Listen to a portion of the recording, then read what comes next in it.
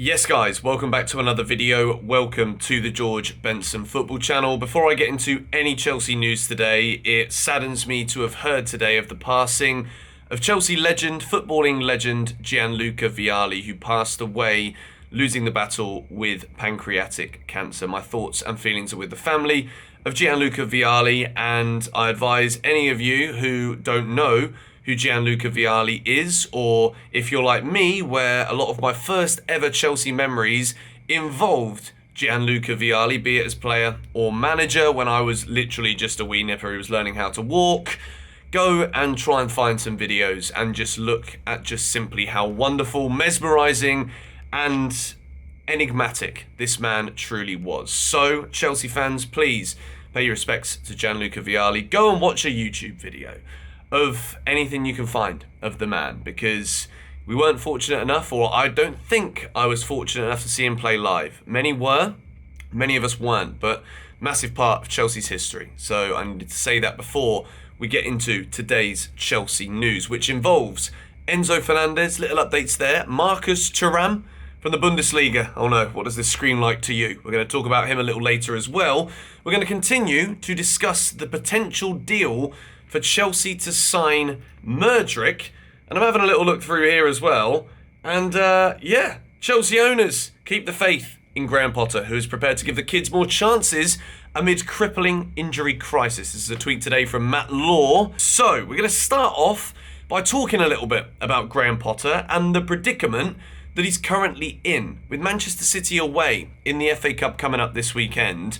I feel as though, in some kind of weird way, all of the injuries that we have right now, as much as it's never good to say it's good that players are injured, because of course it isn't, so please don't believe that I'm trying to spin this in a way where I'm glad Pulisic's injured, or I'm glad Raheem Sterling got injured last night, because quite evidently and obviously that isn't true. However, for Graham Potter, this predicament has just become slightly easier in terms of pressure for his job personally. And I think a lot of Chelsea managers succumb to the axe as a result of knowing just how heavy and strong that pressure is on the manager. When results don't go very well, managers are always clawing, or at least trying to scramble back into a position of favour with the Chelsea board, with the Chelsea hierarchy, with fans, with players at times as well. Players have fallen out of love with the manager loses players stop playing for manager, the merry-go-round of sackings continues. Whereas with Potter now, the fact that we've got to bring Lewis Hall, Amari Hutchinson, Chukwuemeka, which again, no disrespect to the quality of the players, but Chelsea's injury crisis, if we get one more centre-back injury, which I know that a lot of you believe in all these jinx, rubbish, nonsense, but if we were to get another centre-back injured, we could actually field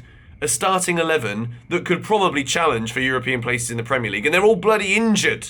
Let me just make that clear for you right now. Whatever Chelsea's position is, whatever Graham Potter's struggles are, whatever the results are telling us, please remember, as I almost fall over the desk, please remember that Chelsea seriously do have a crisis. And I do not say the word crisis lightly. I know it gets slaughtered because a couple of injuries doesn't always mean a crisis. When Chelsea have spent all the money we spent on this squad, how can you call it a crisis? Well, take a look at this list of players. As I said, we are one injury away from fielding a European challenging starting 11, which I know it's ironic because we're 10th. It's kinds of all goes hand in hand. And fair play to the rest of the teams in the Prem for turning it on. So maybe it alleviates some pressure on Graham Potter, and hopefully, as a result of the positives behind the performance last night against Man City, Chelsea players can build on said opportunities. If you saw Chukwuemeka's post-match interview, you'll see that he personally, selfishly, I guess you could say, is relishing the opportunity of all of the injuries to be able to try and stake his claim for a consistent, regular spot in the starting 11. And Lewis Hall against Man City, you guys will see my preview for this game tomorrow morning or tomorrow lunchtime or something along those lines. Lewis Hall's got to start this game, hasn't he? I thought he was bright. I thought he was brilliant when he came on yesterday. And he has been every time I've seen him put the blue shirt on. So, watch this space right now from Chelsea. I think performances will improve. Results might not. But that injury list, I want to give a little bit of benefit of the doubt here to Graham Potter, as people just think that I'm just calling for his head, which isn't the case. I just had a problem, and I still kind of do have a problem. And hopefully, we can see some kind of positive trajectory as a result of last night's performance. But we begin this video today in the first real proper news story, as we're nearly 6 minutes into the video. Hakim Ziyech, this is reported by Fabrizio Romano. Ajax coach Schreuder, probably absolutely butcheroonied that one, but we're going to go with it. Hakim Ziyech as an option for January window. I don't think so. We have enough options up front. Ziyech has a price tag as well. It's not a priority. I'm going to be honest with you here. After the World Cup that Hakim Ziyech had, I would love to see him given until the end of the season. I know that we've said this before with Ziyech, that he very much is a mood-orientated player. I think being in the Morocco World Cup squad and obviously being one of those star players, whereas at Chelsea, as a result of injuries and poor performances, he's kind of been in and out of the squad. Ziyech doesn't really probably feel at Chelsea as though he's the main man, as if he's the star. So after that confidence-boosting semi-final display for Morocco in the World Cup, I think not only can Chelsea not afford to get rid of Hakim Ziyech right now due to this astronomical list of injuries that we have, it's gargantuan. We can't afford to get rid of him in that sense. And I think between now and the end of the season, there could be a run of games in the team for Hakim Ziyech. Last night, I thought there were moments where he was good. I thought he was working very hard. But again, very frustrating at times. But it is against an incredibly strong Man City team. At the moment, doesn't look like Ajax will be interested. We move to give the updates on Enzo Fernandez. So, Fabrizio Romano has tweeted this again. Enzo Fernandez won't be called up for tonight's game versus Portimonense. It's confirmed. Enzo won't even make the bench after the last complicated days. The way it is right now, Benfica are just holding out for this release clause. It's simple as that, and as Fabrizio Romano says here, the message to Chelsea remains clear. If Chelsea do not cough up the 120 million euros, which is the release clause of Enzo Fernandez, he will remain a Benfica player. Now, the Benfica manager has said that Enzo Fernandez is fuming, furious, crazy, balmy, whatever you want to say, with the fact that Chelsea have come in. He's obviously said he wants to go, and then Chelsea haven't decided to cough up the money that they promised verbally, that they said they were going to do. And the Argentinian, as we've seen him a few times, is fuming about it. He's not happy. And I think this either works in Chelsea's favour or it doesn't. It works in the favour of maybe Benfica will cave. Chelsea might be playing this little game of chess here with a club that we shouldn't be underestimating. I think, again, the comments have been made talking about respect or lack of respect from Chelsea Football Club in this sense. And I kind of agree, in essence, although at the same time, there's a big difference between a verbal agreement and submitting an official offer and then teams either accepting, rejecting, and then paperwork's paperwork.